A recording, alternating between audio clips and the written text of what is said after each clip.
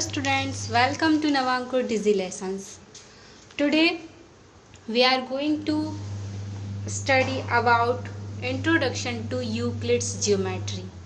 तो आज हम कौन सा चैप्टर पढ़ने जा रहे हैं? यूक्लिड का ज्यामिति परिचय.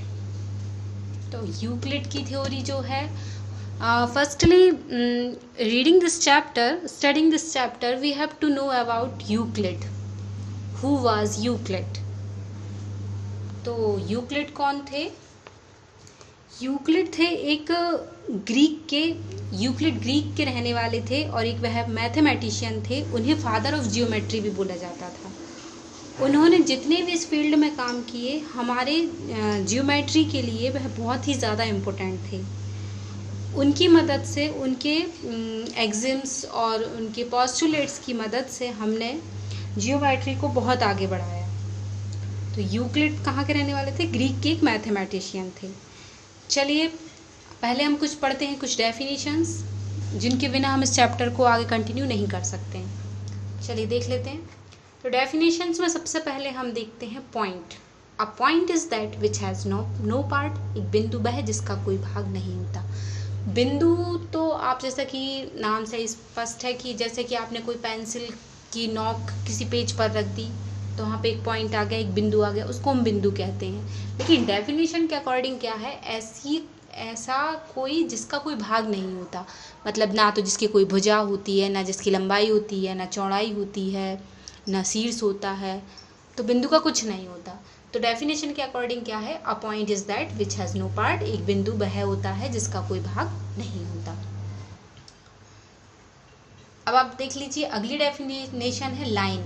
A line is breathless length. एक रेखा चौड़ाई रहित लंबाई होती. अब देखिए, जैसे कि आपका पॉइंट है, अगर हम पॉइंट को बढ़ाते हुए सीधा ले जाएं, एक पेंसिल की जो नोक आपने रखी उससे पॉइंट बना, उस पॉइंट्स को हम बढ़ाते हुए ले जाएं तो क्या होगा? उसको कहेंगे हम एक लाइन. अब डेफिनेशन के अकॉर्डिंग क्या है? लाइन एक लंबाई होती है जिसमें चौड़ाई नहीं होती है. लाइन की हम हमेशा लंबाई नापते हैं, चौड़ाई हम कभी नहीं नापते हैं. तो a line is breathless length. एक रेखा चौड़ाई रहित लंबाई होती है. अगली देख लीजिए, straight line. A straight line is a line which is evenly with the points on itself. एक स्ट्रेट लाइन वह लाइन होती है जो जिसके उस पर जो पॉइंट्स होते हैं, उस लाइन पे जो पॉइंट्स होते हैं वह उन्हीं में होती है. उन पॉइंट से हटकर कहीं नहीं जाती है.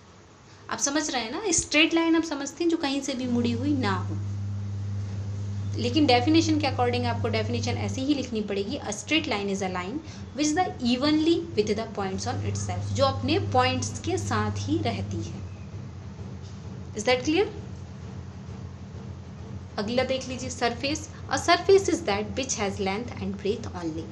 देखिए, अब हमने जब लेंथ की बात की तो वह लाइन बनी.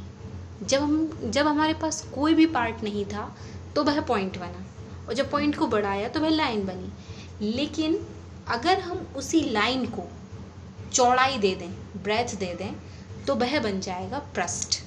जैसे कोई रेक्टेंगुलर एरिया है, स्क्वायर शेप में कुछ है, तो वह बन जाएगा हमारा सरफेस. सर्कुलर है, मतलब जिसमें चौड़ाई भी आ जाए वह हो जाएगा हमारा सरफेस. अब प्लेन सरफेस मतलब कि समतल पृष्ठ. अब समतल आप समझ सकते हैं कि जो ऊंचा नीचा ना हो. प्रैक्टिकली देखा जाए तो प्लेन सरफेस, समतल पृष्ठ का मतलब ये होता है जो ऊंचा नीचा ना हो, जो उसकी लाइंस के साथ ही रहे. समझ रहे हैं ना? A plane surface is a surface which the evenly with the straight lines on itself. मतलब इस सरफेस में जितनी भी स्ट्रेट लाइन है वह उन्हीं के साथ रहे, ऊपर ना उठा हुआ हो. एक समतल पृष्ठ ऐसा पृष्ठ है जो स्वयं सीधी रेखाओं के साथ सपाट रूप से स्थित होता है.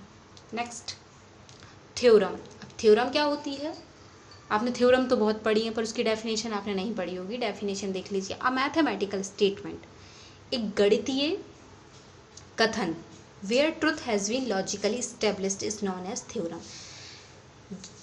जिसकी जो सच्चाई है वह लॉजिकली बताई गई हो, है ना, जिसको हम प्रूफ करते हैं, उसी को लॉजिकल एस्टेब्लिश्ड कहते हैं. उसको हम थ्योरम के नाम से जानते हैं. Proof is required for a theorem. Theorem को प्रूफ करना सबसे ज़्यादा ज़रूरी होता है. अभिधारणाएं क्या होती है? स्टेटमेंट्स होते हैं। जिन अभिधारणाओं को सिद्ध किया गया वे प्रमेय कहलाती हैं। हमने कोई भी बात कह दी कि ऐसा होता है, लेकिन उसके लिए हमारे पास कोई प्रूफ नहीं है, तो उसको हम थ्योरम नहीं कहेंगे।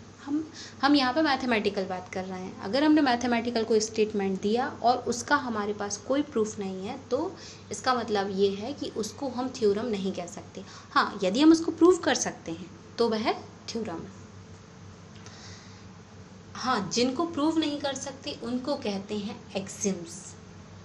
A mathematical statement which is assumed to be universally true, मतलब कोई मैथमेटिकल स्टेटमेंट हमारे पास है जो मान लिया जाता है कि यह यूनिवर्सली ट्रुथ है और इसका कोई प्रूफ नहीं है। Proof is not required for Exim. Exim और थ्योरम में यही डिफरेंस होता है कि थ्योरम के लिए प्रूफ जरूरी है और एक्सिम्स के लिए प्रूफ जरूरी नहीं है। यह हमारे एज्यूम्पशन से रिलेट करती है। ऐसी गणितीय अवधारणाएं जिन्हें सार्वभौमिक रूप से मान लिया जाता है बिना किसी प्रमाण के अभिग्रहित कहलाती है। ठीक है। Euclid's Exim. अब एक्सिम के बारे में तो हमने पढ़ा, और यूक्लिड ने क्या क्या मैथमेटिकल स्टेटमेंट्स दिए थे जो यूनिवर्सली ट्रुथ वो मानते थे। चलिए आप देख लीजिए। Things which are equal to same thing are equal to one another. अब वे वस्तुएं जो एक ही वस्तु के बराबर हो एक दूसरे के बराबर होती हैं। मान लीजिए जैसे कि हम बोलते हैं कि रीता की हाइट मीता के बराबर है और मीता की हाइट सीता के बराबर है, तो ऑटोमेटिकली हम देख सकते हैं कि रीता और सीता की हाइट बराबर होगी ही। तो यही है एक्सिम्स। इनको हम प्रूव नहीं कर सकते, बट ये यूनिवर्सल ट्रुथ होते हैं जिनको हम एक्सिम्स कहते हैं। अब सेकंड वाला देख लीजिए। यदि if equals are added to subtracted to equals those wholes are equal. यदि बराबर वस्तुओं को बराबरों में जोड़ा जाए या घटाया जाए तो उनके जो पूर्ण होते हैं या उनके जो शेषफल होते हैं वह भी बराबर होते हैं। अब आप देखिए कि यदि किसी दो बराबर चीज़ों में से यदि हम कोई दो बराबर चीज़ें जोड़ दें या दो बराबर चीज़ें घटा दें, तो जितना बचेगा या जो हम प्राप्त करेंगे वो क्या होगा? बराबर ही होगा। यदि इक्वल्स में हम इक्वल ऐड कर दें और इक्वल ही जोड़ दें, इक्वल ही माइनस कर दें, तो जो होगा वह इक्वल होगा। एक्चुअली जो सेकंड एक्सिम्स है उसमें मैंने सेकंड और थर्ड कंबाइन कर दिए हैं। जो सब्सट्रैक्शन वाला था वह थर्ड था और जो एडिंग वाला है वह सेकंड है। ठीक है। अगला आप देख लीजिए। Things which coincide with one another are equal to one another. मतलब कि वे वस्तुएं जो परस्पर संपाती हों एक दूसरे के बराबर होती हैं। मतलब ऐसी वस्तु, संपाती क्या होता है, कोइंसाइड क्या होता है, जो एक दूसरे को कवर कर लें। अगर हम उन्हें एक दूसरे के ऊपर रख दें तो कोई भी पार्ट उनका दिखाई ना दे, उनको हम कहते हैं संपाती। तो इट्स अ क्लियर, इसको प्रूव करने की जरूरत नहीं है कि अगर दो चीजें ऐसी हैं जो एक दूसरे को कवर कर लेती हैं दैट मीन्स वह इक्वल है। ये जो थर्ड वाला था ये फोर्थ एक्सिम्स था। अब है हमारा ये जो फोर्थ है ये फिफ्थ है। The whole is greater than the part. ये भी हमें प्रूफ करने की ज़रूरत नहीं है। हमारा जैसे एक मकान है उसका अगर हम कोई कमरा ले लें तो वह मकान से तो छोटा ही होगा ना। मतलब जो होल मकान है हमारा वह कमरे से तो बड़ा ही होगा। अगला देख लीजिए। Things which are double halves. अब ये जो आपका है ये सिक्स्थ और सेवन्थ एक्सिम्स है। डबल्स वाला सिक्स्थ है और हाफ्स वाला सेवन्थ है। Things which are double halves of the same thing are equal to one another. मतलब अगर दो कोई हमारे पास थिंग्स हैं उनके डबल या उनके हाफ्स इक्वल हैं तो वह जो थिंग्स हैं वह भी इक्वल होंगे। एक ही वस्तु के दोगुने और आधे परस्पर बराबर होते हैं। ये चीज़ें ये एक्सिम्स हैं, ये यूनिवर्सल ट्रुथ होते हैं। ये छोटे बच्चे भी जानते हैं, इनको प्रूव करने की ज़रूरत नहीं होती है। तो इन पर आप ज़्यादा ध्यान रख दीजिए। लेकिन आपको याद रखना पड़ेगा कि यूक्लिड के जो एग्जाम्स थे, जो 7 एग्जाम्स थे वह कौन कौन से थे, फर्स्ट कौन सा था, सेकंड कौन सा था, ये आपको याद रखना पड़ेगा। चलिए अब आते हैं यूक्लिड्स के पोस्टुलेट। अब यूक्लिड की पोस्टुलेट देख लेते हैं। पोस्टुलेट 1 है, अ straight line may be drawn from any one point two other point. एक स्ट्रेट लाइन को मतलब किसी भी बिंदु से, किसी भी पॉइंट से एक अदर पॉइंट तक हम एक लाइन खींचेंगे तो वह एक स्ट्रेट लाइन खींची जा सकती है, ड्रॉ की जा सकती है। तो इट्स अ ट्रू। सेकंड देख लीजिए, a terminated line can be produced indefinitely. मतलब कि टर्मिनेटेड, जैसे आपका लाइन सेगमेंट होता है, तो लाइन सेगमेंट जो होता है वह टर्मिनेट नहीं हो, मतलब उसको हम दोनों साइड से नहीं बढ़ा सकते हैं क्योंकि वह फिनिश हो चुकी है। लेकिन एक ऐसी लाइन जिसको हम किसी भी साइड से बढ़ा, एक रेखा जो होती है वह ऐसी लाइन होती है जिसको हम दोनों साइड से बढ़ा सकते हैं। आगे देखिए, a circle can be drawn with any centres and any radius. अगर हम कोई भी रेडियस ले लें और कोई भी सेंटर ले लें तो एक सर्कल बनाया जा सकता है। किसी को केंद्र मानकर किसी त्रिज्या को लेकर भी एक वृत्त खींचा जा सकता है। All right angles are equal to one another. अब राइट एंगल्स, अब एंगल्स को मेजर हम कैसे करते हैं कि वह कितने डिग्री का, और राइट एंगल्स हमें पता है कि सभी 90 डिग्री के होते हैं। जब सभी 90 डिग्री के होते हैं तो सभी राइट एंगल्स कैसे होते हैं, इक्वल होते हैं। अगला देख लीजिए, of a straight line falling on two straight lines make the interior angles on the same side of it taken together less than two right angles, then the two straight lines if produced indefinitely meet at the side of on which the sum of angles is less than two right angles। ये diagram है और आप हिंदी में भी देख लीजिए। यदि एक सीधी रेखा को दो सीधी रेखाओं पर गिरकर अपने एक ही और दो अंतःकोण इस प्रकार बनाए कि इन दो कोणों का योग मिलकर दो समकोणों से कम हो, तो वे दोनों सीधी रेखाएं अनिश्चित रूप से बढ़ाए जाने पर उसी और मिलती हैं जिस और दो समकोणों से यह दो समकोणों से कम होता है। चलिए देखते हैं। आप देख लीजिए, आपके सामने दो लाइंस दी गई हैं, ए बी और सी डी। अब ये पैरेलल है नहीं है ये हमें नहीं पता। इनको इंटरसेक्ट किया एक लाइन ने जिससे एंगल 1 और एंगल 2 बने।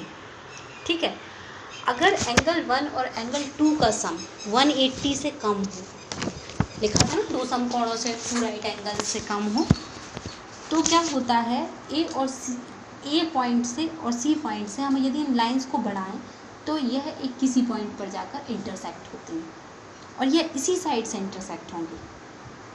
ठीक है, और इस साइड जो है राइट हैंड साइड क्या है, ट्रांसवर्सल लाइन के राइट हैंड साइड क्या है, इनका जो सम होगा वह 180 से ज़्यादा होगा।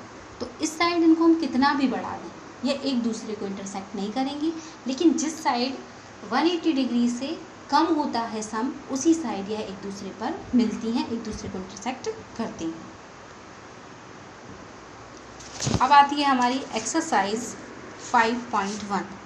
Which of the following statement are true and which are false? Give your reasons for your answer.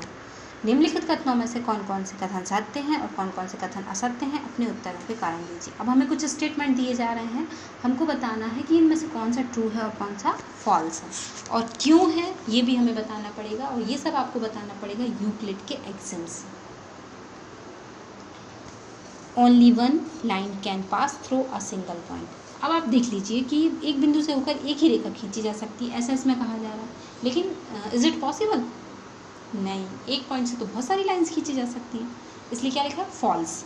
Infinitely many lines can pass through a single point. असत्य, अनंत रेखा एक बिंदु से होकर खींची जा सकती हैं। ठीक है, अगला देख लीजिए। There are infinite number of lines which pass through two distinct points। अब इसमें ये लिखा है कि हमारे पास अगर 2 पॉइंट्स हैं तो उन दोनों से जाती हुई कई सारी लाइंस खींच सकते हैं। इट इज़ इम्पॉसिबल, दो भिन्न बिंदुओं से होकर जाने वाली असंख्य रेखाएं। It is impossible. False, only one line can pass through two distinct points. 2 distinct point से केवल हम एक ही लाइन खींच सकते हैं। असत्य, केवल 2 बिंदुओं से होकर एक ही रेखा खींची जा सकती है। A terminated line can be produced indefinitely on both the two sides. अब ये तो हम पॉस्टुलेट पढ़ चुके हैं यूक्लिड का। सेम पॉस्टुलेट था कि एक टर्मिनेटेड लाइन को दोनों साइड से बढ़ाया जा सकता था, एक शांत रेखा दोनों ओर अनिश्चित रूप से बढ़ाई जा सकती है। It's a true. If 2 circles are equal then their radius are equal. यदि 2 वृत्त बराबर हैं तो उनकी त्रिज्याएं भी बराबर होती हैं। अब इसमें हमें बताया गया है कि यदि 2 वृत्त बराबर हैं तो उनकी त्रिज्याएं बराबर होंगी। क्या ये सच है? देख लेते हैं। एक true, equal circles coincide each other therefore there radius will be equal. सत्य, बराबर वृत्त एक दूसरे के संपाती होते हैं, इसलिए उनकी त्रिज्याएं भी बराबर होंगी। ये सच है। क्या होता है, जो इक्वल सर्कल्स होते हैं वो एक दूसरे को कवर कर लेते हैं, मतलब एक दूसरे के संपाती होते हैं, कोइंसाइड होते हैं। जब कोई 2 चीज़ें कोइंसाइड हैं तो उनका प्रत्येक पार्ट, ईच पार्ट इक्वल होगा, तो उनकी रेडियस भी इक्वल होंगे। फिफ्थ देख लीजिए, in figure below if AB is equal to PQ and PQ is equal to XY then AB is equal to XY। आकृति में यदि AB बराबर PQ और PQ बराबर XY तो AB बराबर XY होगा। देखिए हम एक पोस्टुलेट पढ़ चुके हैं, एक एक्सिम या पोस्टुलेट पढ़ चुके हैं, यूक्लिड का एक्सिम पढ़ चुके हैं कि यदि दो थिंग्स सेम थिंग के इक्वल हैं तो वह ईच अदर इक्वल होती हैं। यदि दो वस्तुएं एक ही वस्तु के बराबर हैं तो वह आपस में बराबर होती हैं। तो आप देख सकते हैं कि यहाँ पे जो AB और XY है वो PQ के बराबर है, तो AB और XY आपस में भी बराबर होंगे। True by Euclid's axiom which are equal to the same thing are equal to one another. सत्य, यूक्लिड के अभिग्रह से भी वस्तुएं जो एक दूसरे के बराबर हों आपस में बराबर होती हैं। अब 5.1 एक्सरसाइज के सेकंड क्वेश्चन से हम अगले वीडियो में पढ़ेंगे। आई होप आप लोगों को समझ में आ रहा होगा। Then keep learning, keep watching, stay safe, stay home. Thank you.